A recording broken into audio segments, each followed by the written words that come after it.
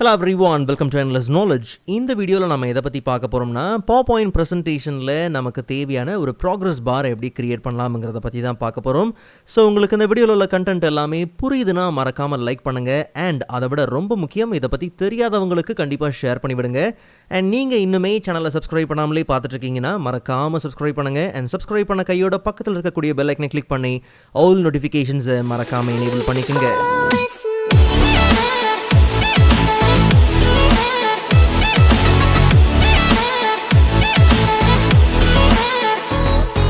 Alright, so first of all, ஏற்கனவே create பண்ண இந்த ப்ரெசன்டேஷனில் தான் நமக்கு ப்ராக்ரஸ் பார் பார்த்தீங்கன்னா தேவை. நல்லா கவனிங்க, ஒரு ப்ரெசன்டேஷனில் ப்ராக்ரஸ் பார் ஆட் பண்ணுறதுனால எவ்வளோ ப்ரெசன்டேஷன் கம்ப்ளீட் பண்ணியிருக்கோம், இன்னும் எவ்வளோ இருக்குது அப்படிங்கிற அந்த பர்சன்டேஜ் லெவலை நம்ம ஈஸியாக ஐடென்டிஃபை பண்ணிக்க முடியும். பட் நார்மலாக இன்சர்ட்டில் இருக்கக்கூடிய ஷேப்ஸை வச்சு நாம் இந்த ப்ராக்ரஸ் பாரை கிரியேட் பண்ண போகிறது கிடையாது. அதுக்கு பதிலாக மேக்ரோஸை யூஸ் பண்ண போகிறோம். ஸோ வியூ டேப்பில் போனோம்னா அங்கே நமக்கு மேக்ரோஸ் உண்டு. ஜஸ்ட் மேக்ரோஸ் ஓப்பன் பண்ணி மேக்ரோ நேம் கேட்குது இல்லையா, இப்போ நம்ம கிரியேட் பண்ண போகிற மேக்ரோவுக்கு என்ன நேம்? ப்ராக்ரஸ் பார் இல்லையா. ஸோ ப்ராக்ரஸ் பார் நம்ம டைப் பண்ணிக்கலாம். ஸோ 2 வார்த்தைக்கு நடுவில் ஸ்பேஸ் நீங்கள் கொடுக்கக்கூடாது. அதுக்கு பதிலாக நம்ம அண்டர்ஸ்கோர் கொடுத்து என்ன பண்ணலாம், செகண்ட் வேர்டை நம்ம டைப் பண்ணிவிட்டு கிரியேட் பண்ணிக்கலாம். ஸோ இப்போ நமக்கு VBA எடிட்டர் பார்த்தீங்கன்னா ஓப்பன் ஆகிடும். ஸோ நோட் பேடில் இருக்கக்கூடிய இந்த கோடை Ctrl+A கொடுத்து செலக்ட் பண்ணி அண்ட் Ctrl+C கொடுத்து காப்பி பண்ணிக்கலாம். நல்லா கவனிங்க, இன்பிட்வீன் இந்த லைனில் நம்ம Ctrl+V கொடுத்து கம்ப்ளீட் கோடையும் நம்ம பேஸ்ட் பண்ணுறோம். இதுக்கு இடையில் எந்த இடத்துலையும் பார்த்தீங்கன்னா எம்டி லைன்ஸ், எந்த லைன் பிரேக்ஸும் பார்த்தீங்கன்னா தேவையே கிடையாது. ஒன்ஸ் நீங்கள் பிளேஸ் பண்ண கையோட ஜஸ்ட் நீங்கள் இதை க்ளோஸ் பண்ணிடுங்க. அண்ட் இப்போ நம்ம பார்த்தோம் இல்லையா, இந்த கோடை நம்மளுடைய கமெண்ட் செக்ஷனில் பின்டு கமெண்ட்டில் பார்த்தீங்கன்னா இருக்கும். ஸோ அங்கேருந்து நீங்கள் டேரெக்டாக காப்பி பண்ணி நீங்கள் என்ன பண்ணலாம், பேஸ்ட் பண்ணிக்கலாம். ஸோ இப்போ நம்ம மேக்ரோஸை ரன் பண்ணலாம். ஸோ சேம் அதே வியூ டேப்பில் மேக்ரோஸ் அண்ட் நம்ம ப்ராக்ரஸ் பார் இருக்கு இல்லையா, ஜஸ்ட் நீங்கள் டபுள் கிளிக் பண்ணாலே போதும், நமக்கு அந்த ப்ராக்ரஸ் பார் பார்த்தீங்கன்னா ப்ளேஸ் ஆயிரும். ஜஸ்ட் நம்ம F5 கொடுத்த ப்ரெசன்டேஷனை ஸ்லைட் ஷோ ரன் பண்ணிக்கலாம். ஸோ அப்போ நமக்கு அடுத்த ஸ்லைடுக்கு போகும்போது பார்த்தீங்கன்னா பர்ஃபெக்டாக நமக்கு என்ன ஆயிரும், அந்த ப்ராக்ரஸ் பார் பார்த்தீங்கன்னா ப்ளேஸ் ஆயிருக்கும். ஓகே, ஸோ இப்போது நம்ம ப்ரெசன்டேஷனில் ப்ராக்ரஸ் பார் பார்த்தீங்கன்னா ப்ளேஸ் பண்ணியாச்சு. பட் இதில் இருக்கக்கூடிய ஒரு சில டவுட்ஸை நம்ம சால்வ் பண்ணிக்கலாம்.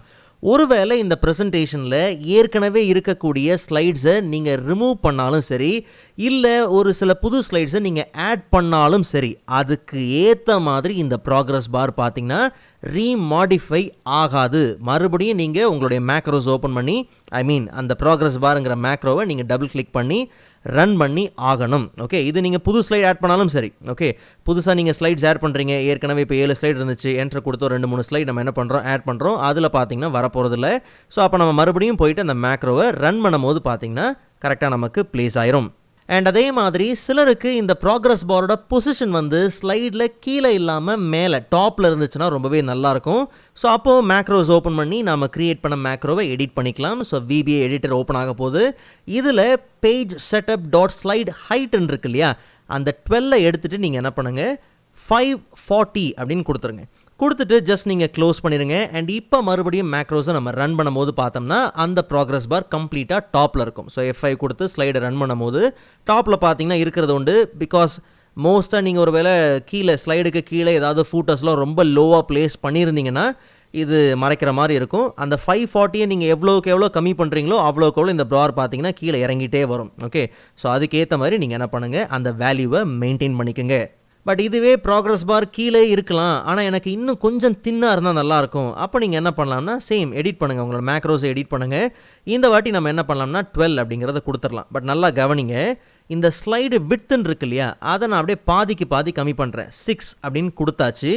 நல்லா கவனிங்க, 6ன்னு கொடுத்துட்டிங்கன்னா ஸ்லைடோட ஹைட்டையும் என்ன பண்ணுங்கள், 6ன்னு கொடுங்க. ஒரு வேளை 12ன்னு இருக்குன்னு வச்சுப்போம்.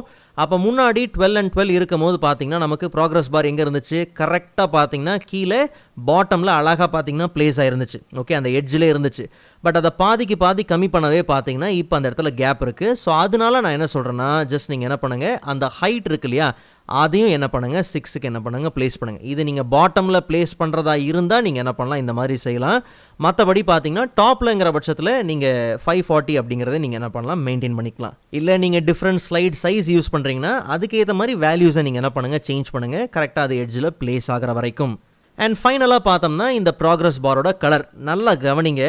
இதை செலக்ட் பண்ண முடியுது, ஆஸ் அ ஷேப்பாக நம்ம செலக்ட் பண்ண முடியுது. ஸோ செலக்ட் பண்ணால் ஷேப் ஃபார்மேட் வருது. அதனால ஷேப் ஃபில்லில் போயிட்டு நம்ம என்ன வேணாலும் கலரை சேஞ்ச் பண்ணிக்கலாம். நீங்கள் சேஞ்ச் பண்ணிங்கன்னா ஒரே ஒரு விஷயத்த நல்லா ஞாபகம் வச்சுக்கோங்க, இந்த ஸ்லைடில் இருக்கக்கூடிய இந்த பாரோட கலர் மட்டும்தான் சேஞ்ச் ஆயிருக்கே தவிர மற்ற ஸ்லைடில் எந்த மாற்றங்களும் பார்த்தீங்கன்னா கிடையாது.